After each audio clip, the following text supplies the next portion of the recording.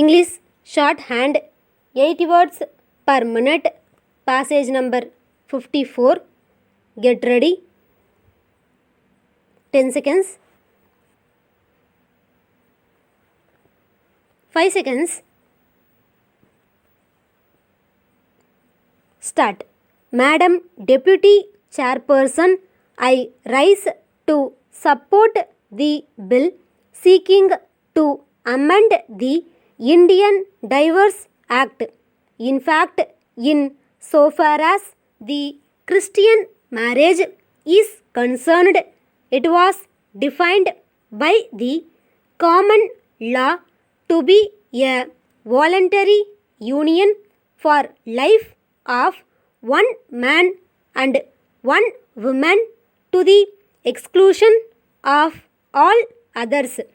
Since that was the common law of a Christian marriage, it was also called a civil marriage. There was basic resistance to the concept of divorce. I would say that this is not confined only to the Christian marriage. Amongst Hindus also there was a solemn promise, and hence there was no question of one going away from the other until death did them part. Therefore, resistance was traditional in so far as divorce is concerned. Even when the laws were enacted in the last century, the principle was to preserve the marriage as far as possible. From that point of view, the grounds on which the divorce was permitted were stringent and upright strictly, and even when the matter went into litigation, the endeavor of the judges has always been to try and see that the matrimonial tie is preserved. Human history shows that though matrimony has helped the preservation of the society, the man and the woman do not agreeing with each other to such an extent that it is impossible for them to carry on together is a reality. The law must accept and find a way out to face such a reality. Therefore, provision for divorce is made in every law. In so far as the Indian Divorce Act is concerned, which itself is an archaic legislation, and as the government had thought earlier it ought to go lock, stock and barrel and give way to a new enactment. In the archaic legislation, there was a clear gender discrimination which the present legislation seeks to do away with. As the Christian marriage is governed by this legislation, the Hindu marriage, the Muslim marriage and the Parsi marriage are governed by different sets of rules which designated to be part of the personal law. The history of personal law tells us that human relationships in the earlier era were not treated to be separable from one aspect or the other. Therefore, it had something to do with the faith of the individual and the community. The relationships were not merely matters of contract or convenience. Relationships were considered to be ordained in a divine way and therefore were governed by divine laws. Naturally, religious persuasions were different and the communities had different ideas of human relationships, and those ideas were governed by their own rules, which were personal to the citizen who belonged to the community, which was not necessarily coextensive with the state.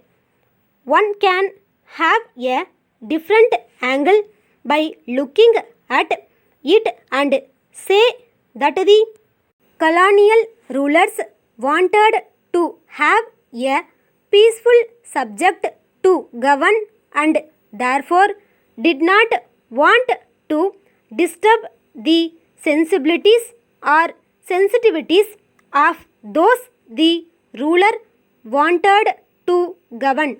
Therefore, the ruler was interested in maintaining a status quo. The norms which could have been changed through evolution, through social reforms, remained stagnant because stagnancy was the aim of the rulers. After independence, the situation ought to have changed and a new approach ought to have emanated from our own rulers who were interested, who ought to have been interested not in the maintenance of status quo but in a desirable change. Unfortunately, that did not happen with the speed and comprehensiveness which for a national state was possible. There was an attempt at reform in so far as the law governing the Hindus is concerned, but in that also there was resistance. But the resilience of the society coupled with a desire for a change persuaded the rulers of the people to bring about the necessary comprehensive changes in the personal law of Hindus were brought about in 1955 and 1956. Otherwise, a status quo was sought to be maintained by the present rulers with the same psyche of the earlier colonial rulers, namely maintain the status quo, even though the formers of the Constitution had solemnly said in Article 44 that the state shall endeavour to bring about a common civil code, but no endeavour was made till date.